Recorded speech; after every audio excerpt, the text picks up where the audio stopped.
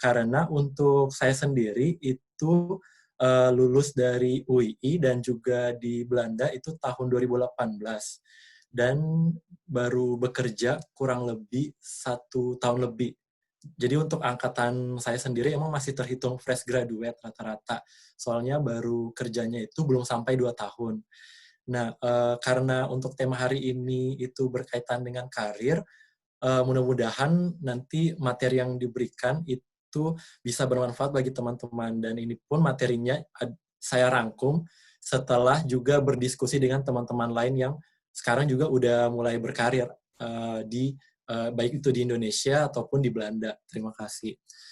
Nah, ini jadi karena sudah 10.43, jadi kita bisa mulai aja. Saya coba untuk buka presentasinya.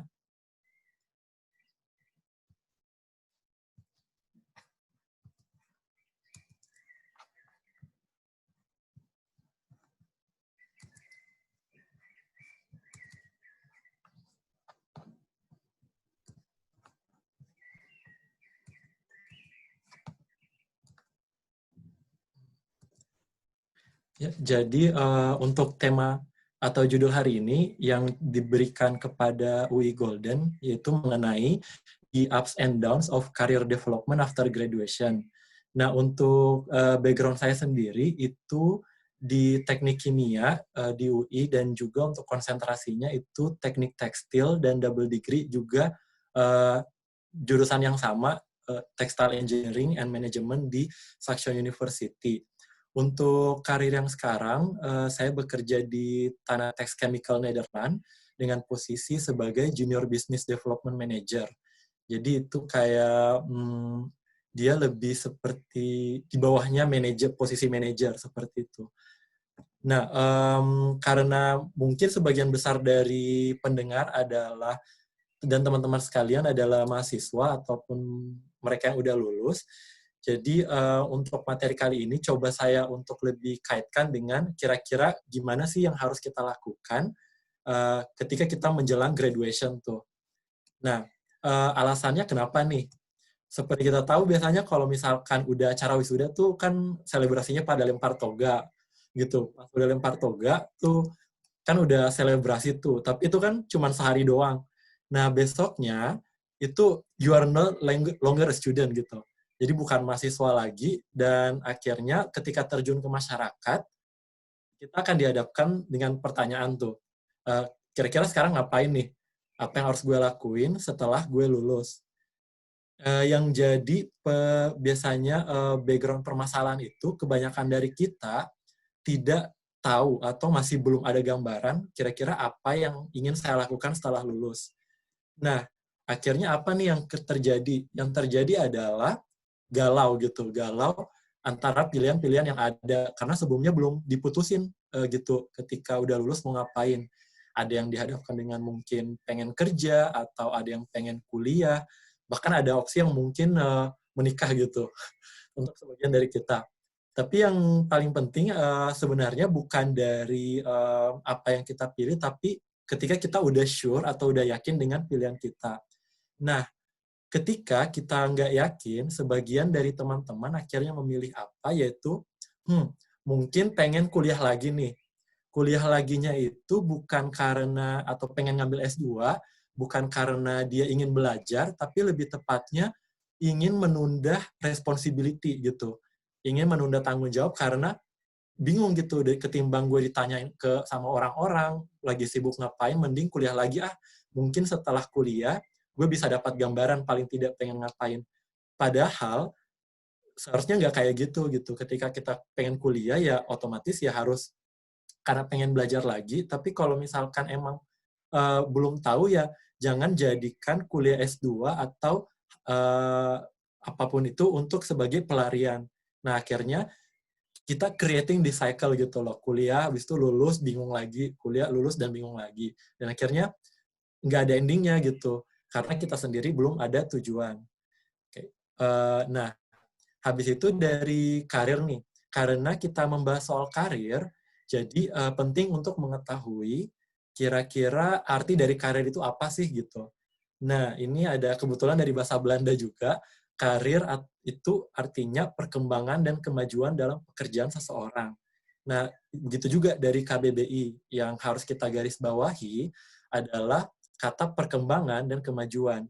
It means ketika kita ingin menetapkan karir, itu kita harus visioner, nggak bisa cuman ya udah deh gue kerja dulu, ntar gue ngeliat apa yang harus gue lakuin gitu. Harusnya ketika kita mulai karir itu kan dia harusnya menanjak ke atas kan, dia berkembang dan maju. It means ketika kalian set up career path itu harusnya bisa melihat sampai tracknya jauh gitu loh. Kira-kira gue nantinya itu melihat posisi gue itu ada di mana. Nah, salah satunya itu yang harus kita garis bawahi dari karir, arti lainnya adalah, ini menurut Oxford Dictionary, career is a series of jobs. Lihat kan, a series of jobs itu berarti pekerjaan itu tidak sama dengan karir gitu. Karir itu series of jobs. Jadi intinya misalkan nih karir gue mengajar. Nah, itu bukan berarti dia cuma satu doang pekerjaannya, bisa jadi dia mulai dari misalkan jadi guru, misalkan guru sekolah gitu, guru SD, SMP, SMA, terus habis itu dia kuliah lagi dan akhirnya jadi dosen, kemudian jadi profesor, dan itu kan berarti dia naik kan karirnya, dan bukan cuma satu. Nah, yang berikutnya yang harus kita lihat itu ada di particular area of work. Jadi kita itu ketika karir itu nggak harus misalkan monoton satu. Yang paling penting adalah we keep on track dengan apa yang ingin kita lakuin, kayak gitu. Kalau sampai sini ada pertanyaan atau mungkin dari moderator sendiri, nanti bisa langsung ditanyain aja gitu. Jadi kayak bisa lebih kayak forum diskusi. Nah, makanya di sini ya kalau dilihat di websitenya saya taruh gambar tangga, itu ya karena itu, makanya kita nyebutnya itu kalau karir yang namanya meniti tangga karir gitu. Karena kan berarti dia harus naik dan berkembang ke atas. Nah, yang berikutnya kan yang harus kita pelajari, kira-kira sih gimana ya caranya biar gue bisa set up my career path gitu. Gimana sih caranya gue menetapkan tujuan karir gue. Nah, kalau dari ini sendiri ada dua cara yang bisa kalian lakuin untuk menetapkan tujuan dari karir, atau gimana sih biar gue bisa visioner gitu untuk merencanakan karir gue.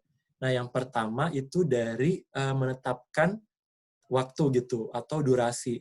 Nah, untuk waktunya sendiri itu bisa ditetapkan misalkan karir jangka pendek kamu itu apa, terus yang jangka menengah kurang lebih sampai 5 tahun itu apa, dan juga yang jangka panjang gitu, sampai lebih dari 10 tahun. Nah, ini maksudnya ini kayak gimana?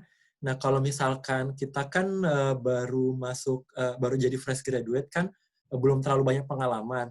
Nah, makanya di sini kita bisa menetapkan karir jangka pendek. Misalkan 1-2 tahun gue pengen nyari pengalaman dulu deh gitu.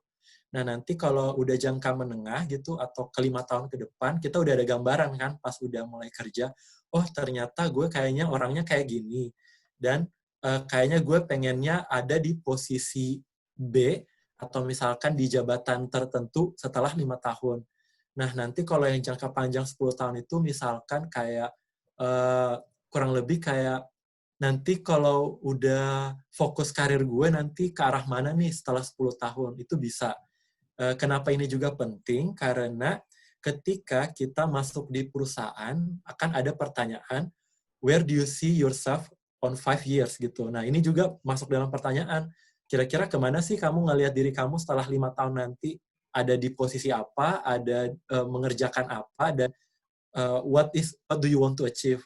Nah, makanya ketika kalian juga persiapan untuk apply kerja, jangan lupa untuk bikin sekalian ini, kalau misalkan gue apply pekerjaan ini, kira-kira 5 tahun ke depan gue gimana sih, kayak gitu.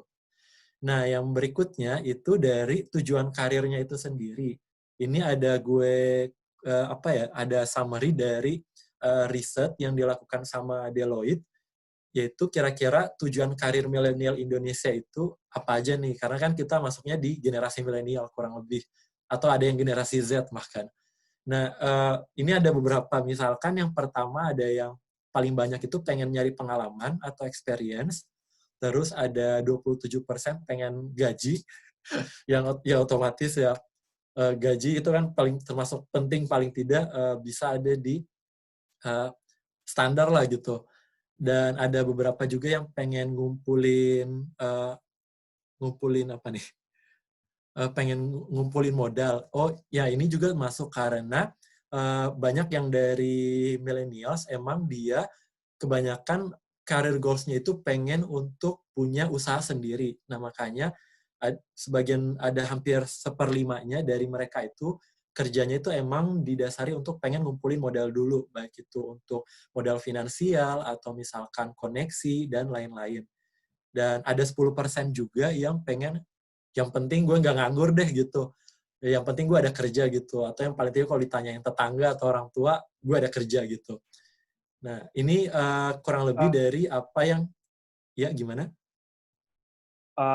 Mungkin karena kita pengen interaktif, sebelumnya kan Mas ngejelasin juga gimana kalau karir dari bahasa Netherlands dan Oxford Dictionary itu berkembang dan maju.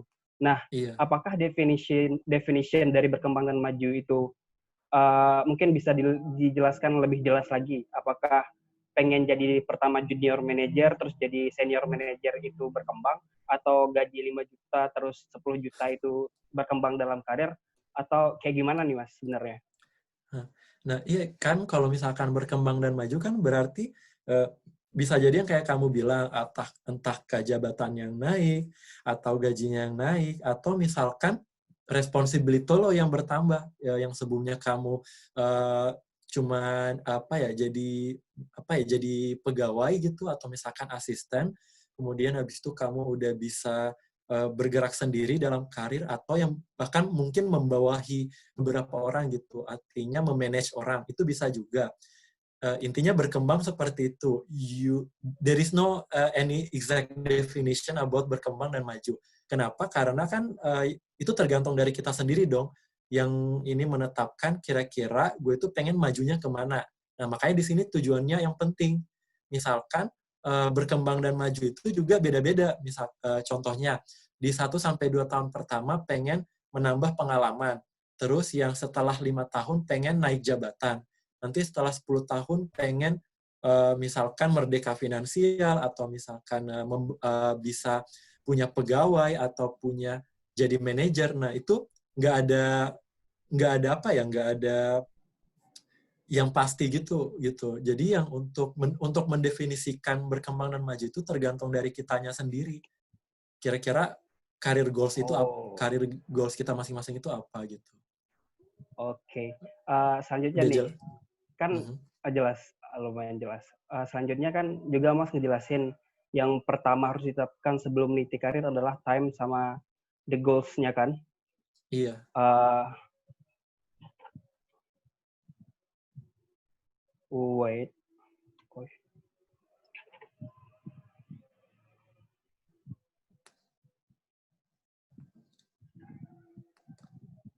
Gimana nih pertanyaannya? Sorry teman-teman, ada gangguan. Nah, Oke. kan ada dua nih, goals time sama the goals of the career of millennial. Sebenarnya Aha. kenapa sih kayak kebanyakan orang, mungkin problem pribadi saya, di mana kita tuh nggak ngerti bahwasanya satu hal atau dua hal ini penting.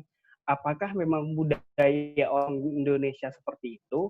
Apa di Netherlands mereka berbeda? Atau itu termasuk permasalahan individual masing-masing?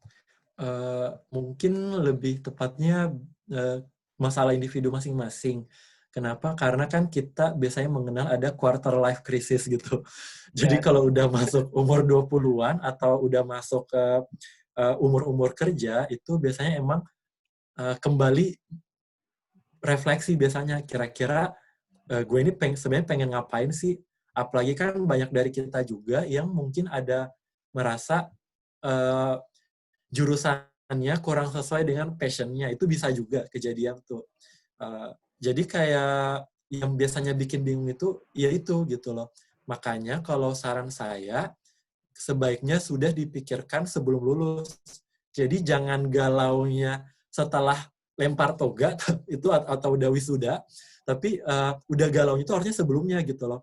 Pas you have time ketika masih di universitas, itu lo punya waktu banyak untuk mikirin, ini gue udah bisa apa nih gitu, gue passion gue apa nih, gue kira-kira bakal kerja inline dengan jurusan gue atau enggak, karena banyak yang enggak juga kan, and it's okay gitu loh. Tapi yang paling penting saran saya, untuk menghindari kebingungannya nanti, paling tidak kuliah jangan cuman ke amplas doang gitu.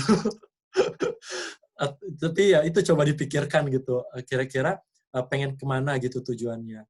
That's why ketika kalian udah lulus, itu udah langsung tahu gue pengen geraknya kemana. Karena saya yang dari pengalaman juga, kebanyakan teman-teman yang mungkin dikonsider berhasil dari karirnya, adalah mereka yang pas gue tanya, pas kuliah atau pas SMA udah tahu gitu. Lo gimana nanti? Oh, gue pengen gini, gini, gini. Jadi planningnya mereka itu udah ada, ketimbang mereka yang meskipun pintar atau misalkan IPK-nya 4, tapi ketika ditanya, emang lo mau ngapain? Dia bingung gitu. Nah, the chance of success untuk mereka yang udah planning di awal, itu lebih tinggi kayak gitu. Ketimbang mereka yang Oh, regardless sebagus apapun kemampuan lo gitu loh. Gitu. oke. Bisa Clear, lanjut. clear. Clear? Ya, clear. Nah, yang berikutnya nih, nah ini udah berkaitan juga dengan pertanyaannya, gimana sih rencana mengembangkan jenjang karir yang ideal? Nah, ini ada beberapa rules nih yang gue set up berdasarkan pengumpulan informasi ya. Number one, dream job does not exist. Ini yang paling penting untuk kalian. Kenapa? Karena kebanyakan dari kita, kayaknya pekerjaan ini kurang cocok deh buat gue. Kayaknya perusahaan ini kurang cocok deh dengan gue. Padahal nggak ada gitu. Dream job does not exist. Ini harus kalian tanamkan. Karena definisi idealnya untuk setiap orang itu beda-beda. Gaji yang tinggi nggak selamanya dream job seseorang gitu loh. Atau kerja di perusahaan multinasional bukan berarti it's a dream job gitu. Karena tiap orang itu beda-beda. Dan nanti karir yang ideal adalah sesuatu yang harus kamu putuskan sendiri setelah mencoba gitu. Jadi jangan langsung nge-set up, nge-judge di awal, tapi paling tidak coba dulu baru putuskan. Ketika kalian lihat ini ada perusahaan startup, pengen penasaran tapi takut karena itu gajinya kurang banyak atau misalkan kayaknya itu kurang cocok untuk gue atau posisinya juga kayaknya bukan gue banget gitu. But if you try first, paling tidak kamu udah nyemplung dulu baru tahu gitu rasanya. Kayak apa ya, kayak nyoba makanan baru, dicoba dulu baru tahu gitu. Jadi yang pertama itu tanamkan kalau dream job does not exist gitu. Nah yang kedua, rule number 2, do not find a job, find a mission. Kemarin gue habis nonton TED Talk untuk ngumpulin materi untuk presentasi kali ini, dan salah satu dari pematerinya itu bilang, you cannot find a job, but you need to find a mission. Nah, maksudnya ini apa? Itu artinya you need to ignore the job title. Gitu. Mungkin kayak agak surprising untuk orang-orang, tapi ya emang kayak gitu. Kenapa? Karena ketika kita coba untuk find a job, itu berarti kayak lo udah udah nggak terbuka lagi pikirannya. Oh, karena gue misalkan anak HI, gue harus jadi diplomat. Padahal nggak kayak gitu kan. Atau karena gue anak tekim, gue harus kerja di perminyakan. Padahal nggak kayak gitu. What you need to find adalah mission-nya. Misi lo sebagai anak HI itu apa? Misi lo sebagai anak tekim nanti setelah lulus itu apa gitu loh. Jadi regardless nanti job title lo nanti misalkan technician atau diplomat atau misalkan laboratory assistant atau apapun itu, yang paling penting adalah dari lo, yang penting gue udah ngelakuin apa yang jadi misi gue dalam karir kayak gitu loh. Nah contohnya nih misalkan gue kerja di ilmu komunikasi. Kebetulan moderator kita juga anak komunikasi nih.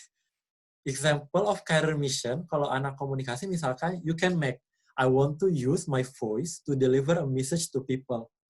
Nah, jadi ketika lo udah taruh misi lo itu lo pengen suara lo didengar dan bisa mengubah hidup orang.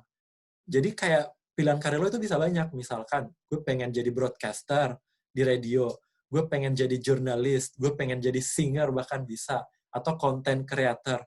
Yang paling penting dari lo kan, yang penting suara gue didengarkan, dan juga pesan yang pengen gue sampaikan itu sampai ke orang-orang. Jadi nggak ada batasan dari karir lo ketika lo nggak terlalu terfokus dengan gue harus kerja A deh gitu. Tapi ketika lo udah punya misi tertentu, you can go wide gitu loh, bisa lebih terbuka pikirannya dan opportunity yang ada itu bakal lebih beda-beda gitu loh. Nah, yang terakhir yang ketiga Oke. ini paling penting Uh, juga, tolong dibilang kalau terlalu cepat, itu yes, yes. rule number 3. It's not only about you, it's about all of us. Kebanyakan dari kita kan mungkin kalau misalkan kuliah yang kepikiran itu about me, myself, and I. Gitu. Jadi kira-kira gue harus gimana nih gitu, atau kira-kira gue bisa kerja nggak ya, atau gue kira-kira gajinya nanti cukup nggak ya. Jadi kebanyakan kan kita mikirnya tentang gue doang gitu loh. Padahal ketika kalian udah lulus, it's not about yourself anymore. It's about apa yang bisa kamu berikan ke society setelah kamu lulus nanti. Jadi ketika kamu udah lulus, yang harusnya jadi pertanyaan, kira-kira gue udah lulus bisa berkontribusi apa ya nanti? Jadi bukan kayak langsung mikirnya mau kerja A, kerja B, kerja C gitu. Tapi langsung yang harus dipikirkan pertama, ini gue bisanya apa, dan nanti kalau gue udah lulus, kira-kira kira-kira kontribusinya bisa ke apa sih ke masyarakat, atau ketika gue kerja di perusahaan nanti, apa sih yang bisa gue berikan ke perusahaan ini. Nah, ini tuh juga penting.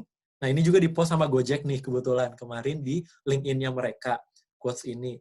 Kenapa? Karena kan kebanyakan orang memandang posisi atau kerja di perusahaan yang mungkin di gedung tinggi itu penting kan, padahal enggak. Setiap pekerjaan yang selama halal, ya pasti it means you contribute to society. Nah, itu yang paling penting. Jadi hargailah apa yang kamu lakuin ketimbang posisi sama title pekerjaan lo gitu loh. Nah, jadi ya ini juga biasanya muncul di pertanyaan perusahaan ketika wawancara. Ketika ditanyain, kira-kira apa sih yang bisa kamu berikan ke perusahaan? Nah, kalau kamu jawabnya, oh kemarin saya IPK-nya tinggi Pak, gitu. Atau misalkan saya kemarin banyak ikut organisasi. Padahal yang ditanyakan kan apa yang bisa kamu berikan. Itu berarti kalau misalkan lo merasa IPK lo tinggi, lo bilang, oh kemarin saya sudah belajar ini dan di perusahaan ini saya lihat dia membutuhkan spesialisasi ini.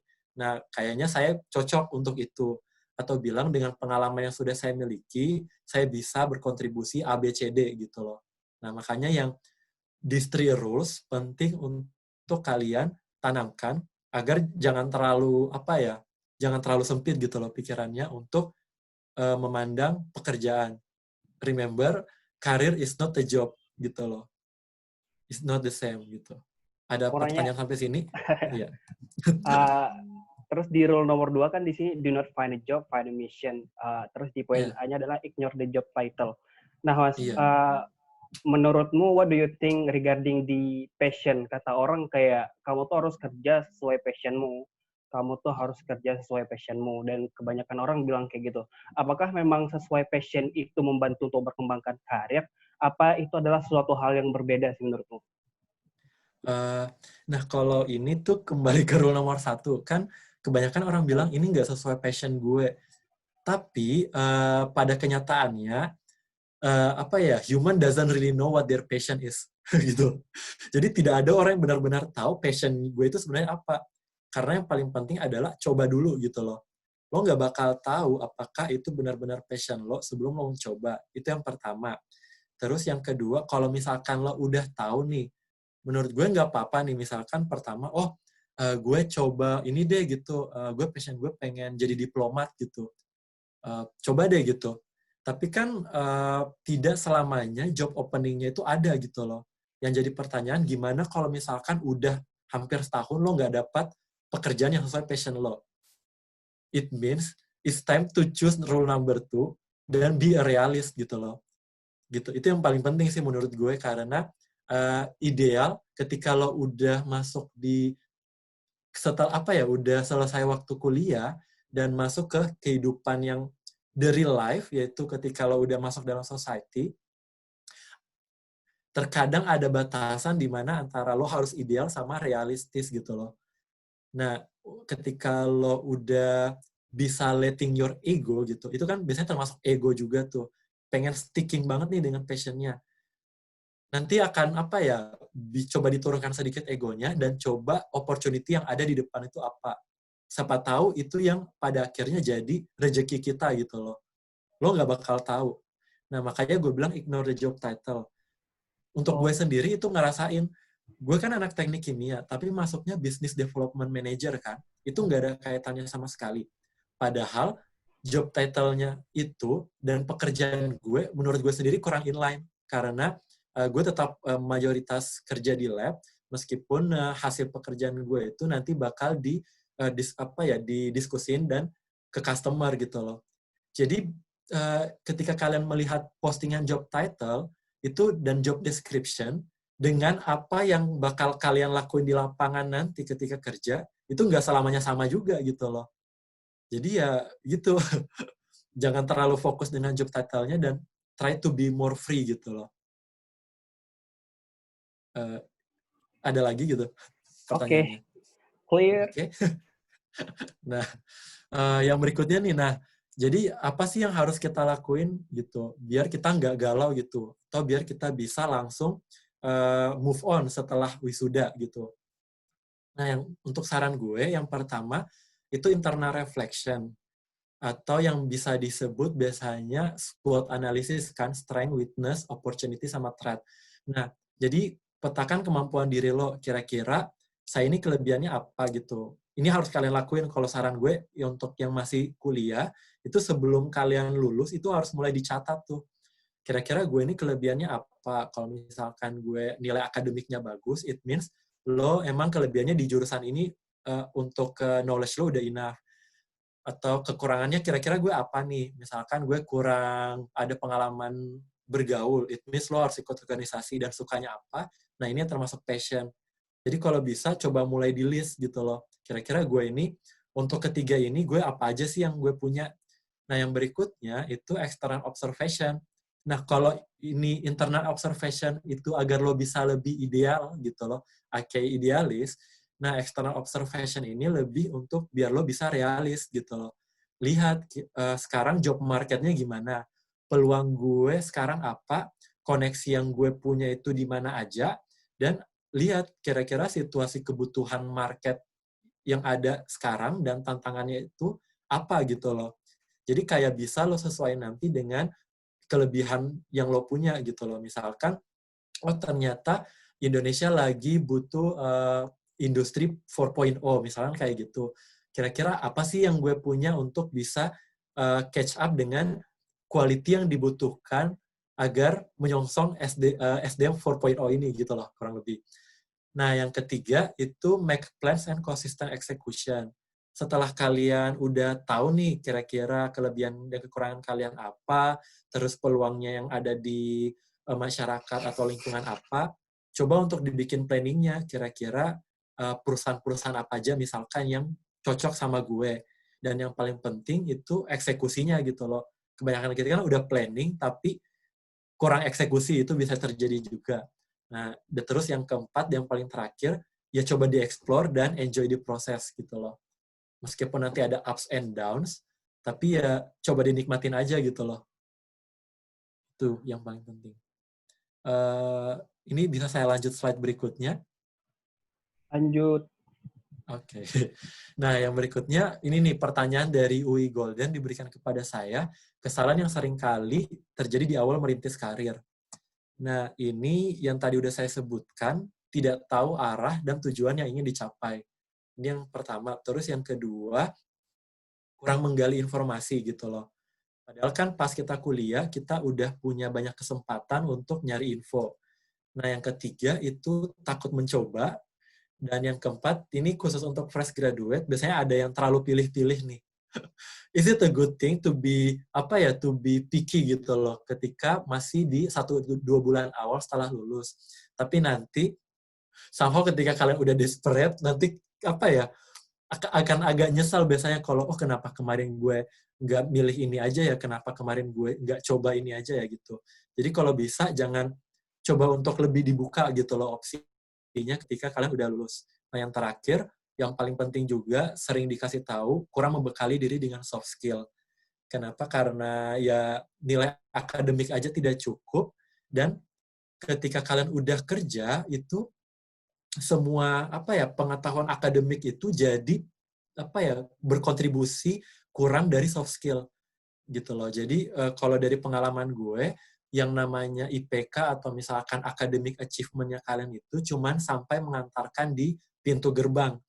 Tapi ketika kalian udah masuk ke lingkungan kerja, itu soft skill lebih banyak bermain. Misalkan gimana dealing dengan atasan, negosiasi, terus habis itu how to deal with lingkungan kerja dan rekan kerja yang berbeda, itu lebih banyak menentukan apakah lo bakal bisa naik atau enggak kayak gitu. Nah, makanya tips dari gue itu yang pertama itu bangun internal dan external advantage. Misalkan perbanyak soft skill dan bangun relasi. Kalau misalkan kalian belum tahu nih kelebihan kalian apa atau kekurangan kalian yang pengen diperbaikin apa, coba pas kuliah. Atau kalau misalkan masih bingung, kira-kira gue pengen kerja di perusahaan atau bangun usaha sendiri ya, coba pas kuliah. Kan ada tuh misalkan PKM kewirausahaan. Ya coba aja pas di situ. Ibaratnya you have enough time ketika kuliah untuk cari tahu gue ini pengennya gimana gitu loh. Jadi jangan disia-siain waktu pas kuliahnya. Nah, yang kedua, cari informasi mengenai karir. Karena kita sekarang udah di era digital, jadi jangan lupa untuk banyak-banyak cari di LinkedIn sama di Jobstreet gitu, atau website-website yang biasanya lumayan membantu untuk mencari pekerjaan atau karir yang kalian inginkan. Terus yang ketiga itu bangun koneksi seluas-luasnya.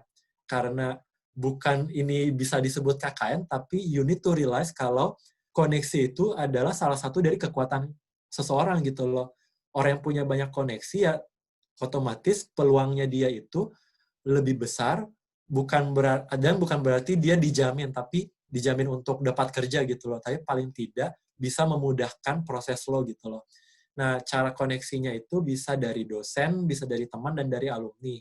Beberapa dari teman juga itu banyak dapat dari rekomendasi dosen gitu loh. Misalkan ada alumni yang sekarang memimpin di perusahaan A gitu loh, dan dia butuh pekerjaan. Biasanya dia bakal reach universitas gitu, atau nanya dosen yang dia kenal, Pak, kira-kira ada nggak ini anak yang baru lulus yang bisa nempatin posisi ini gitu. Nah, otomatis kan kalau misalkan kalian kenal sama dosennya, itu biasanya dosennya bakal langsung mikir, oh iya, ini nih ada si Krisal misalkan, saya kenal, coba saya hubungin dia. Nah, this is the power of connection gitu loh. Jadi ada job yang tidak diposting biasanya, dan orang emang lebih percaya dengan rekomendasi internal gitu loh. Orang yang dia kenal, rekomendasi seseorang, which is more easier untuk mereka ketimbang harus melalui proses posting job di internet, melalui HR, apa segala macam. Karena itu cost money dan time gitu loh. Nah, yang berikutnya, kalau misalkan kalian ingin memulai karir di perusahaan, ya udah gitu loh. Rencanakan CV dan bangun portofolio sejak awal perkuliahan. Ingat, menulis CV itu tidak sama dengan membangun CV. Lo nggak bisa tiba-tiba naruh pengalaman yang lo nggak punya, kan? Nah, makanya dari gue, ketika kalian masih di awal perkuliahan, paling tidak udah tahu apa yang pengen gue taruh di CV gue. Kalau pengen pengalaman pekerjaan, ya udah coba cari magang. Kalau misalkan pengen volunteer, bisa juga. Pengen achievement, ya coba ikut lomba. Kayak gitu loh. Dan yang terakhir nih, yang paling penting bagi gue untuk mereka yang mungkin anak tahun keempat, itu apply pas revisi skripsi. Banyak dari gue sendiri dan beberapa teman itu udah mulai apply job justru pas sebelum kita lulus gitu loh. Jadi pas zaman mulai apply, pas mulai nulis skripsi kan ada zaman revisi tuh, yang waktu kosong lo itu banyak. Jangan dipakai buat santai-santai harusnya. Harusnya ketika kalian masih ada waktu luang, itu digunain, oh ini gue udah ngasih revisi skripsi gue sambil nunggu, coba gitu nyari perusahaan. Karena gue sendiri, gue nelpon perusahaannya, gue nelpon, hubungin, tanya, ini ada bukan lowongan ini, kira-kira kalau gue lulus bulan Juli, gue bisa apply nggak gitu loh. Nah, itu kebanyakan perusahaan itu bisa gitu. Dan mereka terbuka. Yang penting ada jaminan dari lo bisa lulus misalkan bulan Juli, karena meskipun misalkan nih, sekarang bulan Juni ya, misalkan bulan Juni nih pembukaan pekerjaannya, tapi bisa jadi lo baru mulai benar kerja, baru baru mulai benar-benar kerja itu pas bulan Agustus, September. Jadi untuk mereka is okay kalau lo apply-nya sekarang kayak gitu. Jadi ini yang salah satu cheat dari gue gitu. Coba di apply pas revisi skripsi. Coba aja gitu Oke. searching. Yes, yes. Ada pertanyaan nyampe sini? Mungkin tambahan sih. Emang sih Mas, kebanyakan dan saya pribadi lagi di tugas akhir sih, dan beberapa teman juga barusan lulus kemarin juga kayak ngasih problem yang sama, di mana mereka tidak set up kapan mereka harus daftar ke perusahaan dan kapan tidak kayak gitu. Jadi mereka beberapa orang ini memang lagi kalang kabut. Memang mungkin keuntungan bagi orang-orang yang langsung di hire. Contohnya kayak di prodi saya kan ilmu komunikasi, dan mereka habis intern wisuda langsung ada beberapa orang yang ketarik kayak gitu di perusahaan tersebut. Iya. Tapi ada case di mana teman-teman saya ya baru kepikiran daftar itu setelah lulus, setelah semua dan gitu. Oh ya, pertanyaannya mungkin ini Mas, di koneksi. Nah, Iya. kalau misalkan kita banyak bangun koneksi secara luas, dosen, teman, alumni, dan kita tidak mempunyai skill apa-apa, itu juga menjadi permasalahan yang besar nggak sih, Mas? Uh, agak bingung nih. Soalnya kalau skill apa nih maksudnya? I mean, Soalnya ya gimana ya? di bagian itu. Oh, ya kalau begitu berarti kalian nggak bakal direkomendasiin dong. Oh iya, yes, Simpelnya sih yes, yes, seperti yes. itu. Nah, cuman yang maksud saya di koneksi ini biasanya bahkan yaitu ada sebagian job yang memang tidak diposting gitu loh. Nah, penting untuk kalian ketika kalian sudah kenal lebih banyak orang, ya itu bisa direkomendasiin. Karena gue sendiri juga ketika apply di perusahaan yang gue sekarang, kebetulan dosen pembimbing gue itu kenal sama kepala HRD-nya gitu loh. Jadi ya ketika gue butuh recommendation letter, udah kenal gitu loh dari kepala R&D dengan dosen pembimbing gue, dan ketika dikasih, oh ternyata bapaknya sudah merekomendasikan orang ini secara baik gitu loh. That's why lebih mudah gitu perjalanan kalian untuk ke sana. Jadi, tapi ya bukan berarti lo nggak ada skill dan lo mencoba menempati pekerjaan itu, nggak boleh kayak gitu juga. Ya coba aja gitu loh. Lo bayangin lo udah direkomendasiin, tapi pas udah di tempat itu lo nggak bisa ngapa-ngapain. Ntar nanti lo melukai reputasi orang yang rekomendasiin lo. You need to be careful with that too. Oke, Ingat, kayak ini ini Mas. bukan sama dengan orang dalam loh, ini beda gitu. Oke, sip. Note. Jangan Kayak ini Mas, disamakan. ada pertanyaan nih di kolom chat, dua pertanyaan. Pertama dari dia Agustina. Pertanyaannya, Kak Ji, pas apply job ke perusahaan dibarengin sama CV atau nanya lowongan kerja dulu baru send CV selanjutnya? Oh, dibarengin nggak CV sama apply? Biasanya kalau misalkan ada tergantung dari rekrutmennya. Misalkan ada rekrutmen yang misalkan bilang minimum 2 years experience, itu biasanya ada juga tuh. Nah, mungkin bisa ditanyain gitu, kira-kira experience yang dimaksud ini apakah harus formal experience atau pengalaman magang bisa masuk gitu. Itu bisa juga. Jadi kalau menurut gue tergantung dari apakah ada dari persyaratan dari perusahaan yang tidak kalian mengerti. Kalau misalkan ada persyaratan yang nggak kalian mengerti, coba ditanyain dulu, kira-kira gue bisa apply atau enggak, dan ini kira-kira terbukanya untuk siapa aja. Tapi kalau misalkan menurut kalian itu udah cocok untuk kalian, ya coba bersamaan aja. Kirim CV sama motivation letter, terus tanyain, ini saya, yang kayak case yang gue bilang tadi, ini saya baru akan lulus bulan Juli. Tapi karena pekerjaannya sendiri itu akan dimulainya itu kira-kira kapan, apakah saya bisa apply dengan terhitung sebagai fresh graduate gitu loh. Jadi ya tergantung dari kondisinya. Karena kalau gue sendiri kemarin, itu yang kondisinya yang kedua. Gue belum lulus, tapi gue udah mulai apply duluan. Dengan jaminan dari gue bakal lulus bulan Juli. Jadi gue send-nya bersamaan tuh ke HR-nya. Gue send CV sama motivation letter gue, dan gue kasih tambahan di emailnya, kalau akan lulus bulan Juli, kira-kira bisa apply atau enggak, kayak gitu. Dan biasanya kalau mereka terbuka, yang selama lo memenuhi kriteria perusahaan itu bakal open. Intinya kayak gitu. Oke, Jadi, mungkin ya udah terjawab. Oke. Mungkin kalau lebih efektif nanti satu slide kita bacain pertanyaan di chat dan satu slide kita bacain di pertanyaan di chat. Mungkin Mas Ji kalau ada Iya, slide lebih lanjut bisa dilanjutkan. iya. Nah, ini udah mau selesai kok. Nah, ini ada pertanyaan. Ini pertanyaan dari Wigol. Dan kira-kira perbedaan kondisi kerja Belanda dan Indonesia itu kayak gimana? Sebenarnya kalau untuk budaya kerja itu nggak terlalu banyak. Budaya kerja itu bukan tergantung negara, itu tergantung perusahaan. Bisa jadi di Indonesia, startup sama BUMN sama multinational company, work culture-nya berbeda kayak gitu. Tapi yang kalau untuk in generalnya, biasanya dari pertama proses seleksi.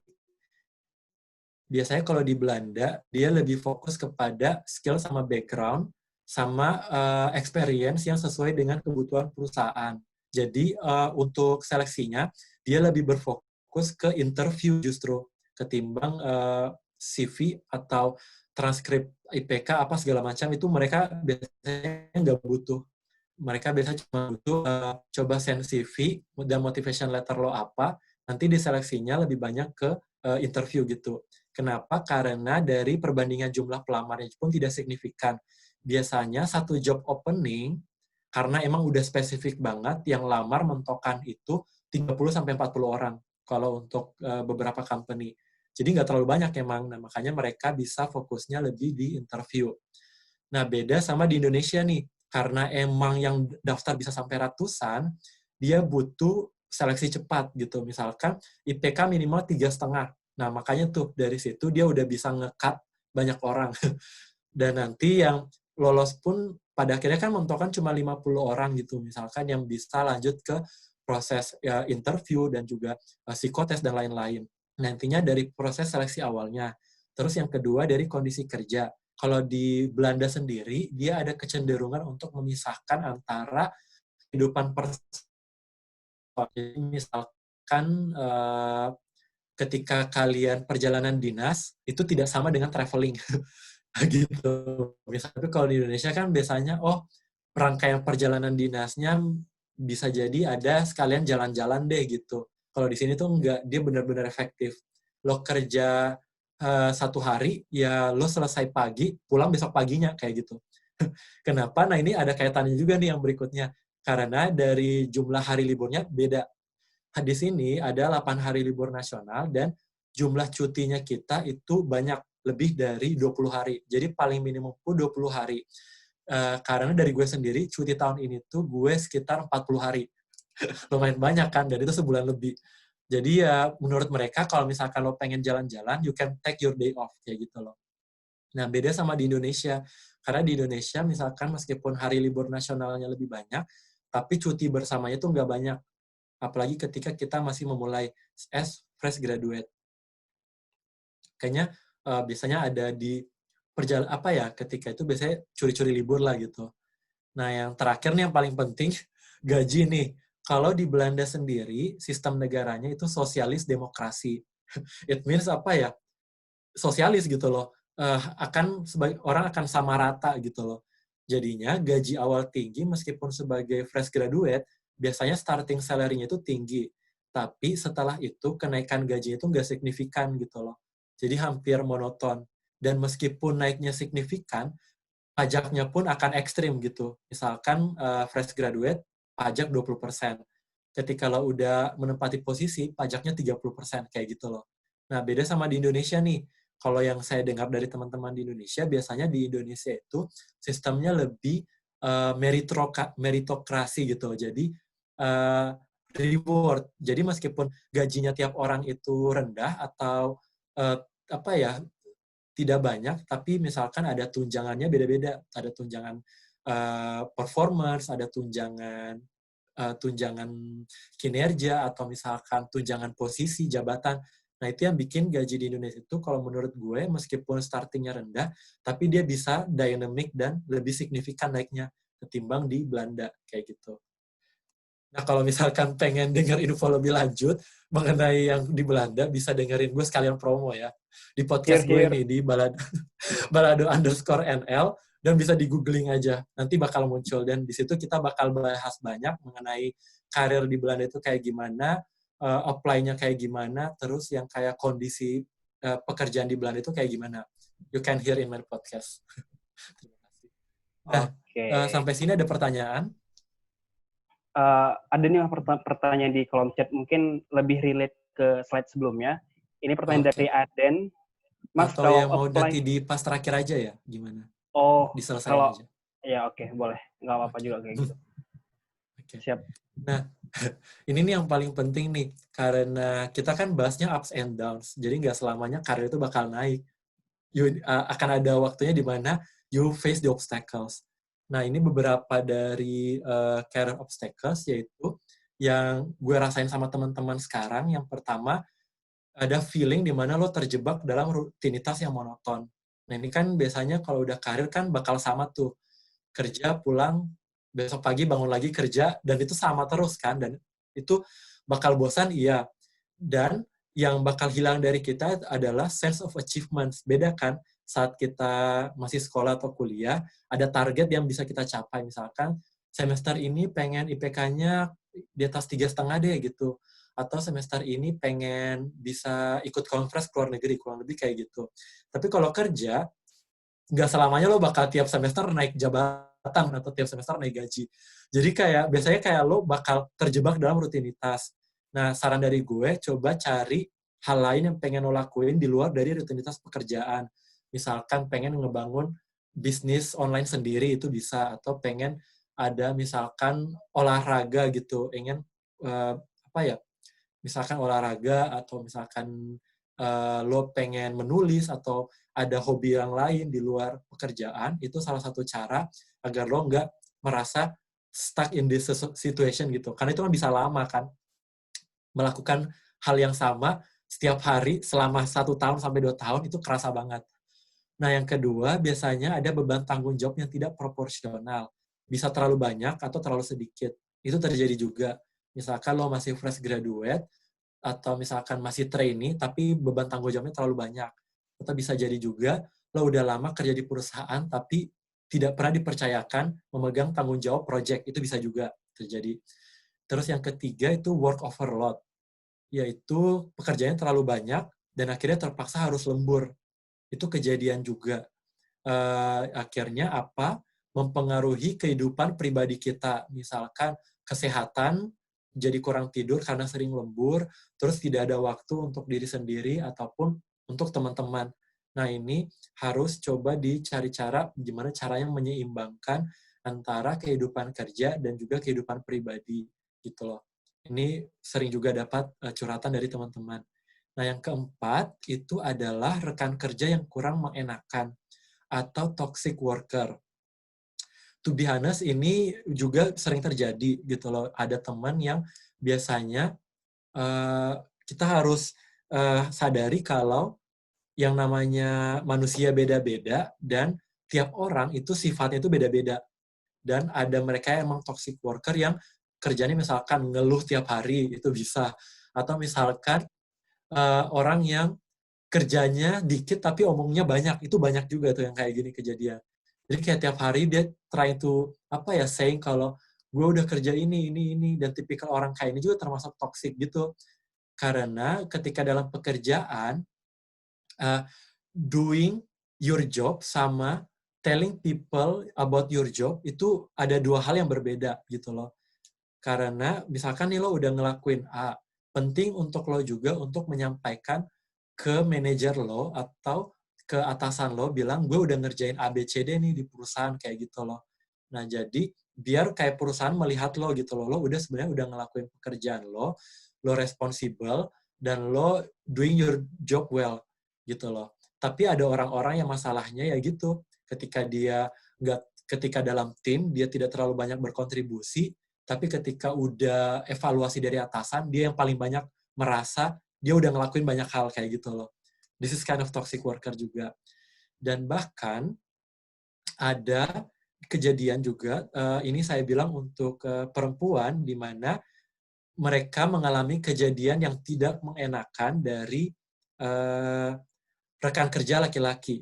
Ini terjadi juga, dan to be realist, gue minta maaf karena gue harus sampaikan ini. Jadi kayak kalian bisa lebih melek, ini hal-hal yang akan bisa kalian alami ketika bekerja nanti gitu. Ini kejadian juga soalnya.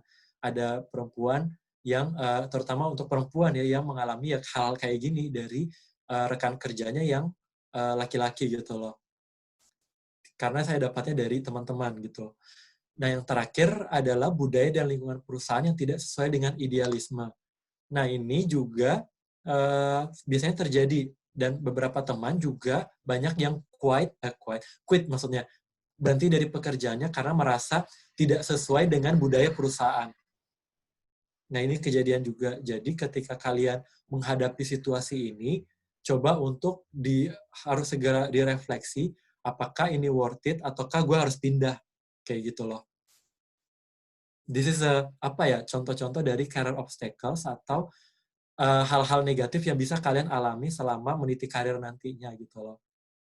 Nah, khusus yang kelima, kalau menurut gue, antara dua opsinya, antara kalian yang harus beradaptasi dengan lingkungan perusahaan, karena setiap perusahaan itu mereka punya political way yang berbeda gitu loh. Jadi ada politik perusahaan itu pasti ada, dan itu beda-beda. Dan antara kita yang harus menyesuaikan, atau kalau misalkan kita tidak bisa, mungkin cari opsi perusahaan lain. Antara dua itu gitu loh. Nah, sampai sini ada lagi. Mungkin fokus Ini ke dark side of the career path gitu loh. Oke. Pas mungkin aku bakalan fokus ke toxic worker nih. Kan beberapa pemaparanmu tentang problem yang bakal ditemuin di dunia kerja adalah kayak ada terjadinya seksual harassment antara cowok dan cewek rekan kerja dan lain-lain Bukan kayak seksual gitu. harassment sih, tapi lebih tepatnya apa ya, hal-hal yang kurang menyenangkan dari itu. Iya, maksudnya kayak yang meskipun sudah diadres tapi tetap dilakuin, itu ada. It's many different things gitu loh. Oke, berarti itu solusinya cukup dengan dialog antara worker aja atau sepengalamanmu? Kalau yang sepengalaman gue, nah itu lagi kembali ke budaya perusahaan. Yang bisa lo lakuin ketika menghadapi masalah ini adalah mendatangi HR. Itu hal yang pertama yang lo harus, karena HR emang tugasnya adalah untuk managing people kan. Jadi kalau misalkan saran gue, jangan dulu cerita ke rekan kerja gitu loh. Karena takutnya ya gitu, menyebar informasinya. Yang harus lo lakuin biasanya coba yang pertama, approach HR-nya gitu loh. Jelasin masalah lo dan bilang lo menghadapi situasi ini ke rekan kerja lo gitu loh. Nah, kalau yang akan terjadi nanti ada dua gitu loh. Antara dari budaya perusahaan kan ada yang horizontal, itu kayak di Belanda, itu budaya lingkungan kerja itu horizontal. Jadi tidak ada perbedaan antara entah lo CEO, manager ataupun trainee atau intern, itu semuanya sama, setara gitu loh. Tapi kan banyak juga perusahaan, terutama kita yang di budaya timur, yang lingkungan perusahaan itu vertikal gitu loh. Jadi ada hierarki yang jelas antara lo bawahan, gue atasan. Ini bisa kejadian juga. Nah, makanya kalau misalkan itu doesn't work ketika lo udah bicara sama HR, coba untuk approach atasan. Kalau nggak bisa lagi, yaitu antara dua. Lo beradaptasi atau lo quit. Antara itu dua aja sih. Apalagi ketika kita yang masih di bawah ya, itu kita nggak punya banyak opsi gitu loh. Karena ketika lo whistleblowing, it can harm your career. Itu yang bisa gue lakuin dari dari kejadian yang nyata yang terjadi itu sih. Lo harus antara kuat-kuatin diri sih sebenarnya kayak gitu.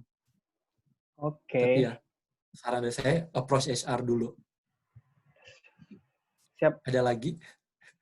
Clear. Oke. Nah, yang berikutnya nih dari career option nih, karena kita udah hampir selesai dari materinya, career option yang bisa kalian punya kan banyak tuh. Nggak harus jadi pegawai, tapi ada juga employee, self-employed, dan juga businessman. Contohnya nih, kalau misalkan dari career option sebagai employee, kalian bisa apply di government sector. Misalkan dari BUMN, atau banyak juga yang jadi PNS nih. Gitu kan, itu yang salah satu yang paling banyak ini lambang abdi negara nih yang hijau nih, yang paling banyak ditahu terutama oleh orang tua dan keluarga kita kan, yaitu BUMN, misalkan Pertamina atau Telkom atau bank, misalkan Bank Mandiri, BRI, itu kan contoh BUMN. atau misalkan kerja sebagai PNS atau di kementerian gitu loh. Ini banyak juga dari teman-teman yang setelah lulus coba apply sebagai PNS dan berkarir di kementerian, itu banyak juga. Ada juga nih yang di multinational company, ada juga, ataupun yang medium company. Contohnya nih kemarin gue buka iseng-iseng untuk materi ini, kalau Mirota Kampus yang di Yogyakarta itu buka lowongan untuk HR kemarin kebetulan. Jadi sih banyak sebenarnya opsi karir yang bisa kita temukan gitu loh. Nggak harus perusahaan yang terkenal, perusahaan-perusahaan yang lokal pun biasanya banyak opening. Terus yang kedua itu banyak ini yang termasuk startup. Banyak teman juga yang berkarir di startup. Contohnya itu kayak Gojek, ada juga yang kayak di Kulina, itu di Jakarta kebanyakan ya startupnya. Dan kemudian ada juga yang berkarir di NGO gitu, di non-governmental organization. Ini banyak juga. Jadi ada beberapa NGO yang bisa lo apply dan mereka istilahnya bukan ngasih gaji tapi kasih apa ya kayak reward atau for your time gitu loh. Jadi kayak ada tetap bisa dapat you can get financial benefit dari kerja di NGO. Nah, terus ada juga yang kerja freelance, itu bisa juga. Ada yang ini untuk mereka yang mungkin tertarik untuk jadi akademisi gitu. Ini contohnya ada yang Research Institute, ini tempatnya kayaknya di Bogor, ada Eijkman Institute atau Jakarta ya kurang. Ini kayak Research Institute, teman gue ada kerja di situ juga. Atau mungkin kalian ada juga yang pengen jadi dosen, itu bisa juga tuh mulai apply misalkan di universitas. Bisa juga. Dan ada UKM juga, banyak yang bangun usaha mikro kecil menengah. Temen gue ada yang bangun Fremelt gitu loh. Jadi kayak buka franchise untuk Fremelt juga. Jadi is open untuk kalian untuk explore. Dan yang terakhir adalah yaitu untuk as an entrepreneur bangun perusahaan sendiri. So, as you know, itu banyak opsi karir yang bisa kalian punya gitu loh. Dari career path-nya nanti gitu. Nah, yang terakhir dari gue yaitu paling penting ini mungkin agak keluar dari dari tema karir, tapi yang menurut gue itu paling penting setelah lulus yaitu bekali diri dengan finansial literasi, pendidikan finansial. Itu paling paling gue tekanin lagi karena seringkali banyak dari kita yang tidak mengerti cara mengelola keuangan sendiri gitu. Padahal ketika kalian sudah menerima, misalkan sudah punya penghasilan, banyak dari kita yang nggak nyadar gitu loh. Masih merasa kayak sebelumnya sering dikirimin orang tua. Kalau habis, ntar dikirim lagi. Padahal nggak seperti itu nanti. Kalau kalian udah mandiri, merencanakan finansial itu salah satu hal yang harus kalian punya gitu, skill dasar. Kalau misalkan gue ada gaji, gimana cara gue mengalokasi, terus pilar finansial itu apa, ya kalau kalian tahu, pilar finansial itu ada di pertama menghasilkan, yang kedua itu berbelanja, dan yang ketiga itu berbagi, dan yang terakhir itu baru nabung. Jadi selain kalian pelajari cara untuk dapetin duit, yang paling penting juga itu kira-kira gue belanja ini tuh kemana aja gitu loh. Nah, ini yang paling penting. Dan terutama juga pahami kalau sumber income itu bisa beda-beda. So, ini ada tips sedikit dari gue. Dan yang terakhir, karena gue paham situasi sekarang itu kita dihadapi dengan job market yang berbeda dikarenakan corona pandemi kan. So, untuk kalian yang bakal lulus tahun ini, atau yang bakal jadi fresh graduate, harus lebih adaptif dan coba pahami challenge dari job market setelah corona itu kira-kira gimana, apa yang bisa lo lakuin, dan kebanyakan juga harus sekarang itu online kan, so cari peluang di online job market, itu saran dari gue juga. Nah, untuk yang dari dua ini tips dari gue, dan itu terakhir udah selesai. Terima kasih untuk sudah mendengarkan, dan kalau misalkan ada pertanyaan, kita bisa mulai buka sesi tanya-jawab. Ini gue tutup dengan Oke. motivasi, tapi bukan motivasi. Jadi ya itu, all you need is not motivation, tapi what you need is fear and approaching deadline. Karena untuk gue sendiri juga kayak gitu kemarin. Karena setelah kuliah dari Belanda kan, pengeluaran itu kan udah minus kan ibaratnya. Yang bikin cambukannya yaitu karena udah tahu kalau ini udah nggak bisa relying dengan orang tua lagi dan udah harus kerja. Kalau bisa sebisa dan secepat mungkin. Gitu. Oke. Thank you Mas Ji. Mungkin penjelasannya teman-teman juga banyak dapat informasi baru nih. Saya pribadi juga dapat banyak informasi baru dari Mas Ji sendiri. Nah, selanjutnya kita bakalan ke sesi Q&A, question and answer. Langsung aja ya Mas. Di sini ada pertanyaan Iya. dari Mas Aden. Pertanyaannya adalah, Mas kalau apply pas revisian skripsi, ijazah, kita kan belum punya ijazahnya. Itu pas nulis di CV gimana ya Mas? Atau nilai IP kitanya?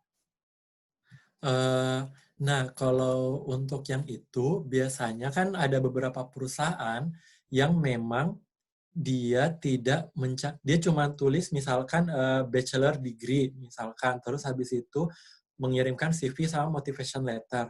Nah, beberapa perusahaan dia tidak mensyaratkan ijazah untuk sebagai syarat pendaftaran awal gitu loh. Setahu gue sih kayak ada beberapa perusahaan seperti itu, termasuk di Indonesia juga. Karena kemarin ada beberapa dari teman itu memang ketika wisuda kemarin itu mereka dalam keadaan cuti gitu, ngambil cuti karena udah kerja. Jadi tidak semua perusahaan itu mensyaratkan ijazah.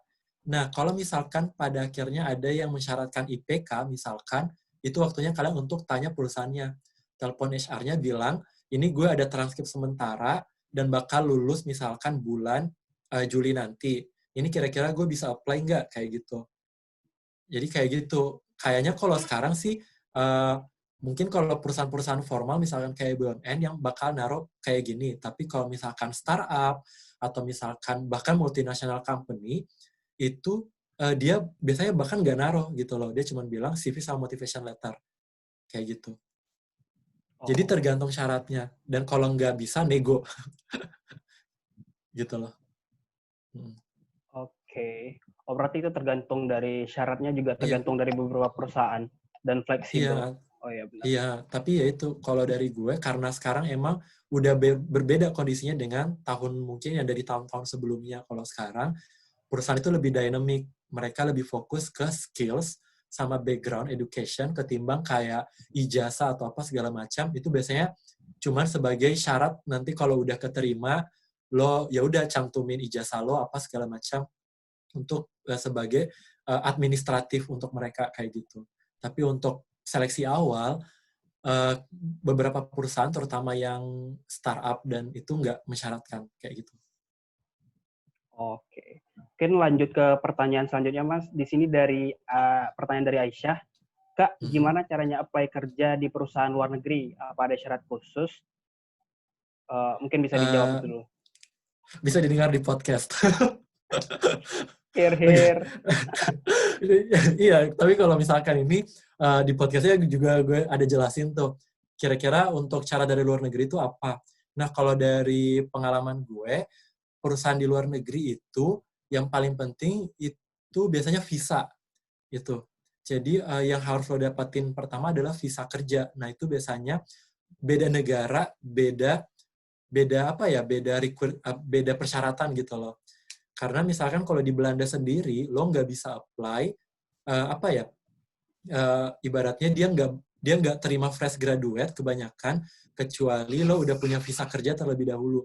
Nah, sedangkan kalau udah untuk dapat visa kerja, syaratnya lo harus lulus dari Belanda kayak gitu misalkan.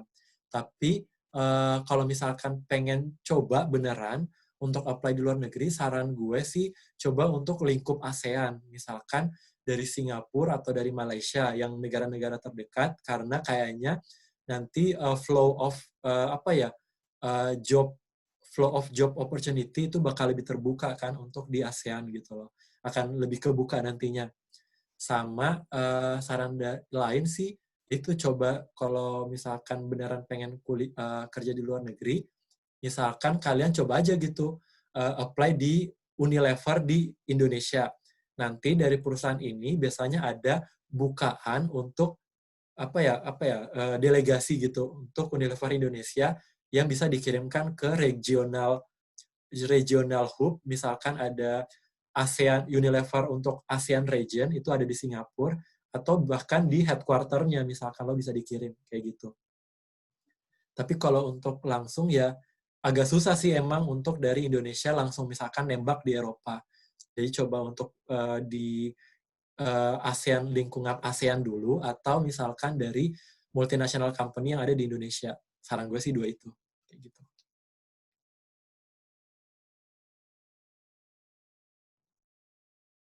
Ada pertanyaan lagi nggak, Krisal? Sorry ke unmute. Nah, dari Aisyah juga nanya ini, Mas. Gimana sih caranya buat motivation letter yang baik? Menurut gue sih, standar motivation letter itu nggak ada. Tapi banyak-banyak, ya itu searching di internet. Gue sendiri kemarin pas udah mulai motivation letter, pas bikinnya itu ya banyak searching di internet. Itu banyak pasti tips and triknya how to make a good motivation letter, apa yang harus ditaruh. Dan kalau saran gue, motivation letter yang baik itu motivation letter yang tangible dengan perusahaan. Kenapa? Karena sekali lagi, yang perusahaan itu butuhkan adalah lo yang ibaratnya sesuai dengan kriteria mereka dong gitu. Ayamat. Ada suara. Bisa belum? Loh, Mungkin dari host-nya ada yang ke ini ya? Tolong untuk mana? Yes. Ada seminar online nih. Mungkin dari host-nya bisa nge-mute salah satu peserta. Oke. Thank you so much. Lanjut, Mas. Oke. Nah, kalau motivation letter yang baik itu yang dia tangible. Nah, kalau saran dari gue, kemarin caranya gue tuh, ketika gue mulai menulis motivation letter, yang gue lihat pertama bukan diri gue dulu, tapi pertama, gue cari jobnya kan pertama, terus misalkan udah ketemu nih, misalkan PT, misalkan PT Telkomsel misalkan, dia butuh jangan deh, agak susah karena gue bukan itu. Misalkan gue anak teknik kimia, terus dia butuh PT Pertamina buka lowongan untuk technical assistant, kayak gitu kan. Terus akannya dituliskan, misalkan syaratnya pengalaman organisasi yang baik, terus habis itu mampu berkomunikasi dengan baik gitu, atau team player, dan nanti kan ditulis semua tuh yang kira-kira mereka tuh butuhnya orang kayak gimana sih. Kalau dari gue kemarin, gue kumpulin semua data itu, jadi kayak mulai dari job requirement yang mereka apa aja, terus habis itu value perusahaan itu kayak gimana, gue buka website perusahaannya, kira-kira moto perusahaan itu apa, value perusahaan itu gimana, habis itu gue rangkum tuh. Nah, dari data itu, akhirnya coba gue hubungkan dengan pengalaman dan background yang gue punya gitu loh. Misalkan mereka butuh pengalaman orang dengan pengalaman organisasi, ya udah gue taruh, gue pernah memimpin organisasi sewaktu kuliah. Terus dia misalkan butuh orang yang spesialis dan mampu bekerja dengan baik di laboratorium, ya udah gue taruh, gue kemarin ada pengalaman sebagai laboratori asisten selama kuliah. Jadi kayak gitu, kalian harus coba menyesuaikan dengan kebutuhan perusahaan, bukan sebaliknya gitu loh. Jadi yang dari requirement perusahaannya, value perusahaannya, itu kalian coba masukin ke motivation letter kalian. Jadi nanti ketika HR-nya baca, dia akan ada sense kalau, this is the person that we need, atau ini adalah orang yang cocok kerja dengan kita, kayak gitu loh. Udah jelas atau ada yang belum? Okay. Jadi kan kembali ke awal kan, it's not about you, it's about all of us. Jadi kalian coba untuk menyesuaikan dengan perusahaannya. Yes. Nah, mungkin lanjut ke pertanyaan selanjutnya, Mas, dari Pras nih. Kak, VOC buka lowongan nggak ya? Hah? Apa tuh? VOC, mungkin Pras bisa menjelaskan lebih detail apa yang... Iya. Nangkep nggak, Mas? Nah, mungkin maksudnya VOC yang ini ya, perusahaan Belanda ya? Yang apa ya? Iya, VOC yang kemarin. Yes, yes. Iya, Her. yang itu. Nah, mungkin It's a kita joke question. lanjut ke Mungkin bisa di-skip. Oke. Mungkin kita bisa lanjut ke Miftah Haniful. Kak, gimana caranya Mhm. beradaptasi di lingkungan kerja luar negeri yang beda culture seperti perbedaan agama, Kak? Perbedaan agama. Nah, kalau dari itu biasanya, kalau untuk Belandanya sendiri, dia cukup toleran. Jadi ketika kemarin, kemarin itu udah mulai habis tanda tangan kontrak dan mulai hari pertama kerja, gue coba tanya sama HR-nya, di sini polisinya untuk gue sholat gimana gitu. Karena gue bilang kan misalnya kalau Muslim harus sholat gitu pas di siang hari, terus pengambilan jam kerjanya gimana, terus Jumatan itu harus ke masjid. Itu kan biasanya kalau dari gue itu biasanya ditanyakan di awal gitu. Kira-kira policy dari perusahaannya gimana untuk menyikapi kayak gini, hal-hal kayak gini kan. Karena misalkan kalau gue hari Jumat gue harus nambah 1 jam kerja karena gue bakal izin 1 jam untuk sholat Jumat di masjid kayak gitu loh. Dan untuk culture-nya sendiri, sebenarnya kalau dia sudah diverse, dia bakal nggak terlalu ada masalah dengan orang-orang yang kerja dari negara-negara yang berbeda kan. Tapi kalau yang dari gue, tetap kita harus menyesuaikan dengan tuan rumah. Misalkan dari Belanda, itu ada culture di mana kalau makan itu nggak boleh terlalu bersuara. Hal kayak gitu, simple-simple things misalkan. Terus kalau misalkan orang Belanda itu dia lebih direct orang-orangnya. Jadi ketika lo udah dari meeting, lo jangan takut buat ngomong dan harus langsung diadres masalahnya. Ibaratnya orang Belanda itu lebih frontal. Ya, dan dari kita yang sendiri otomatis nggak boleh terlalu main perasaan dong, baperan gitu. Karena orang Belandanya emang wataknya udah kayak gitu. Dia kalau ngomong ya dia langsung ngomongin aja gitu depan lo, apa yang mereka pikirin, apa yang mereka rasa dari lo-nya perlu lo perbaikin. Jadi ya itu, coba untuk tanya di awal, yang pertama, dan yang kedua, coba untuk beradaptasi dengan tuan rumah. Kalau ibaratnya kata Indo, di mana bumi dipijak, di situ langit dijunjung, kayak gitu. Jadi meskipun diverse, you need to still adapt dengan culture-nya tuan rumah itu kira-kira gimana gitu loh. Kayak gitu. Oke, berarti adaptasi di perusahaan di negara tersebut ya berarti, Mas? Iya, sama juga lebih tepatnya adaptasi dengan culture perusahaan. Tapi kalau beda negara kan biasanya beda culture-nya. Karena mayoritasnya berarti kalau di sini orang Belanda gitu loh. Jadi otomatis budayanya itu di perusahaan mengikuti budaya orang-orang Belanda juga gitu. Baik itu dari meeting atau misalkan dari kerja sesama itu kayak gimana. Dan you can say no misalkan kayak di sini. Jadi kita ketika diminta sama atasan, nggak selalu kita harus nerima gitu. Lo bisa bilang, gue udah ada pekerjaan, gue ada project ini, dan gue ngerasa ini gue bakal coba, tidak menjamin kalau gue bisa nge-handle. Kayak gitu kalau di sini. Lo harus bisa address di awal. Jangan di belakang gitu. Kalau di Indo kan mungkin kayak kita ada sense kayak takut, masa gue gak bilang enggak sama atasan. Tapi kalau di sini tuh harus kayak gitu. Kalau manajer lo nggak ngerasa ini adil, lo harus bilang di awal. Kayak gitu. Jadi nanti bisa diadres sama manajernya dan dipertimbangkan kembali. Karena kejadian juga tuh biasanya sama gue, konflik antara departemen itu ada. Jadi ada masalah di departemen B, dan akhirnya departemennya kita harus nge-handle, dan akhirnya overload kan ke shift. Dan akhirnya gue harus nge-address bilang, ini udah berlebihan, yang udah ke kita, dan harus digeser kembali gitu. Kita harus bilang enggak dari sini, kayak gitu. No help. Oke. Menarik. Memang mungkin kayak beberapa orang contohnya kita pribadi lah pas di kampus dan yang lain, untuk nolak dari atasan, dari dosen itu pasti memang sangat susah. Nggak enakan kan, Dan kayak gitu. nggak enakan emang. Apalagi kita orang Indonesia ya, Mas. Iya, orang Indonesia. Nah, itu gue ngerasain juga tuh. Sebagai orang Indonesia yang, agak nerimo gitu, ibaratnya. Dan susah untuk bilang enggak kan. Nah, di sini kayak gue coba ngerubah itu, karena culture-nya beda.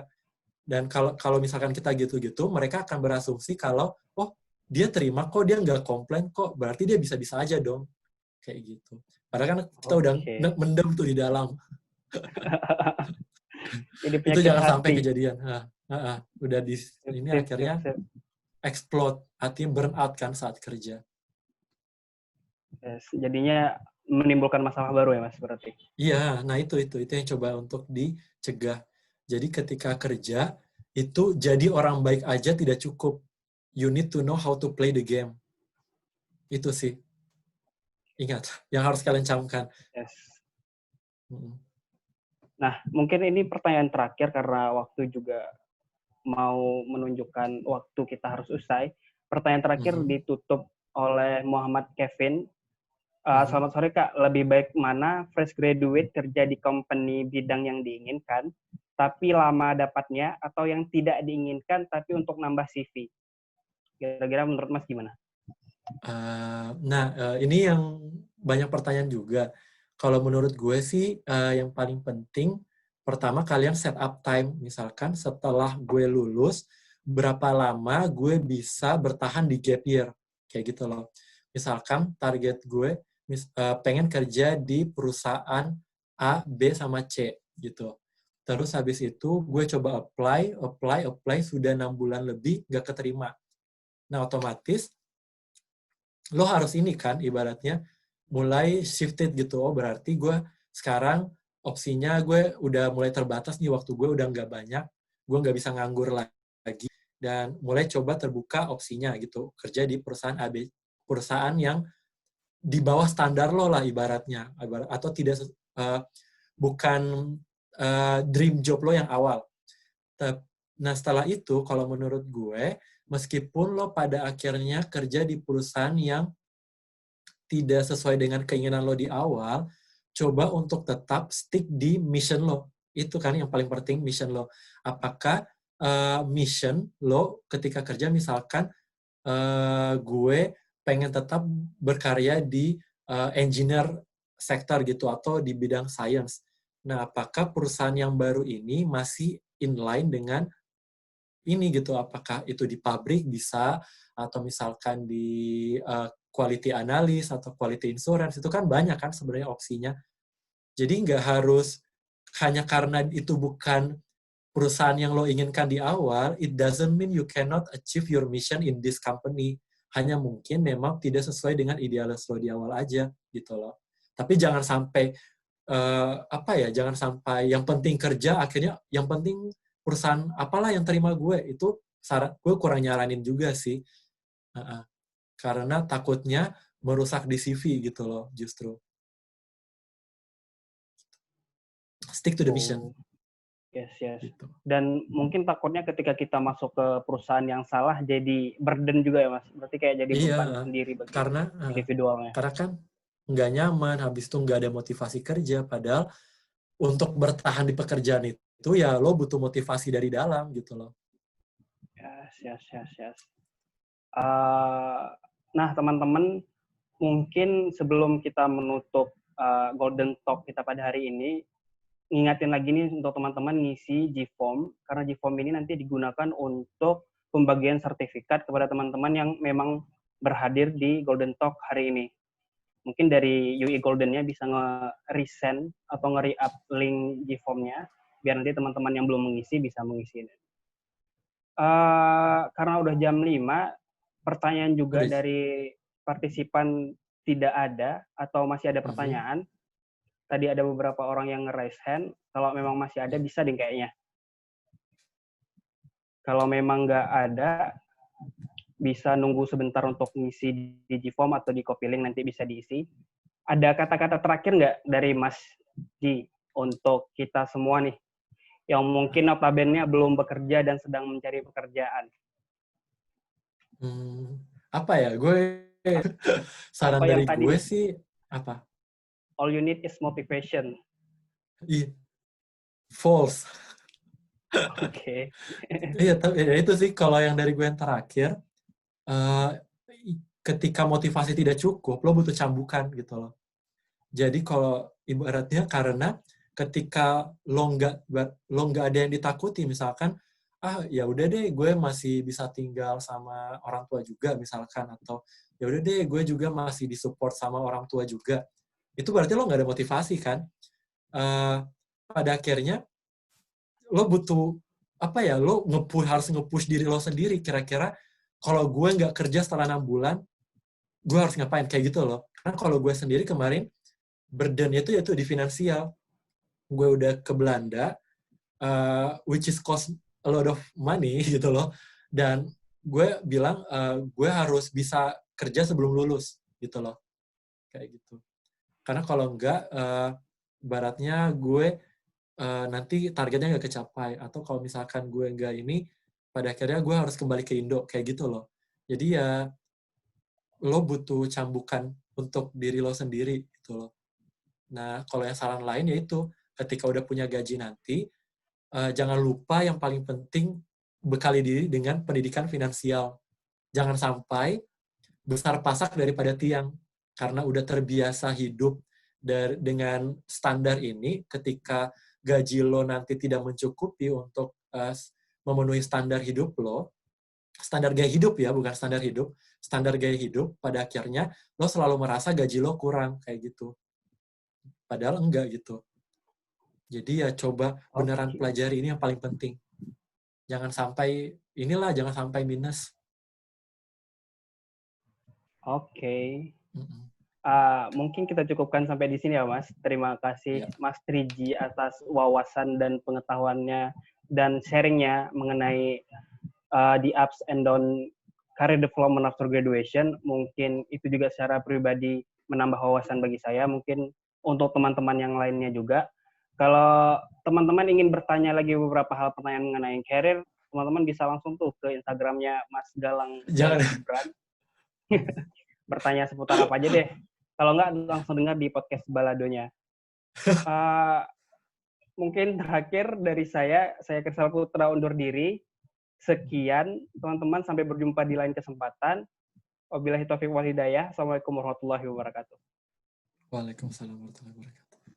Bye.